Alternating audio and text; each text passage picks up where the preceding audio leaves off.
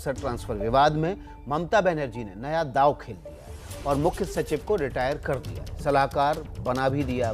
अब नजरें केंद्र सरकार पर हैं कि वो आलापन बंदोपाध्याय पर क्या कार्रवाई करती है।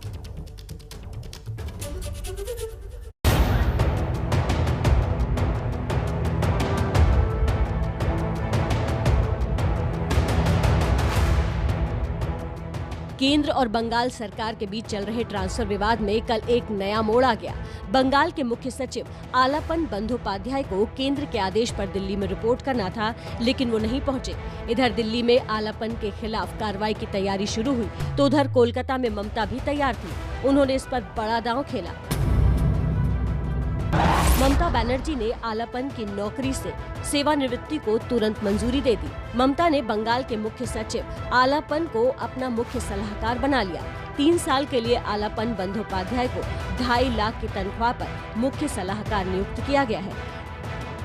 दरअसल आलापन बंदोपाध्याय कल ही रिटायर होने वाले थे, लेकिन कुछ दिनों पहले ही ममता बनर्जी ने केंद्र सरकार से गुजारिश कर उनका कार्यकाल बढ़वा लिया। लेकिन तभी यास तूफान को लेकर हुई रिव्यू मीटिंग के बाद विवाद बढ़ गया और केंद्र ने आलापन को ट्रांसफर कर दिल्ली बुला लिया। बस ये बात ममता को अखर गई। State government did not agree to relieve him on 31st May 2021 as the purpose for which his extension was given still persists.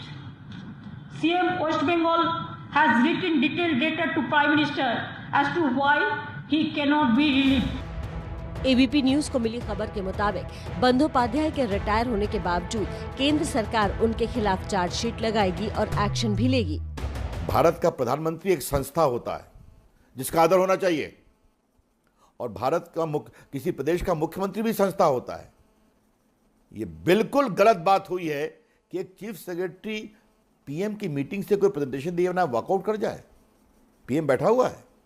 मैं इसे संवैधानिक और प्रशासकीय जिम्मेवारी के दृष्टिकोण से बिल्कुल अनुचित मानता हूं। आपको बता दें कि नियम आखिर क्या कहते हैं। केंद्र के पास किसी भी अधिकारी को वापस बुलाने का अधिकार है, लेकिन राज्य इसे मानने को मजबूर नहीं है। इंडियन एडमिनिस्ट्रेटिव सर्विस में किसी विवाद की स्थिति में केंद्र का फैसला सर्वोपरि होगा। हालांकि प्रतिनियुक्ति से इनकार करने पर केंद्र अफसर पर अनुशासनात्मक कार्रवाई नहीं कर सकता, बल्कि केंद्र और राज्य दोनों को इसके लिए आम सहमति बनानी होगी।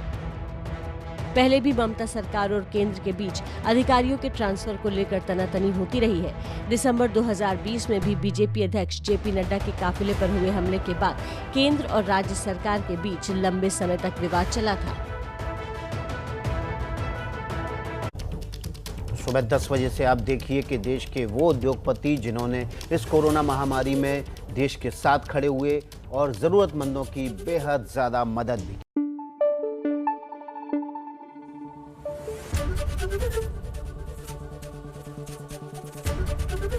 एबीपी न्यूज आपको रखे आगे।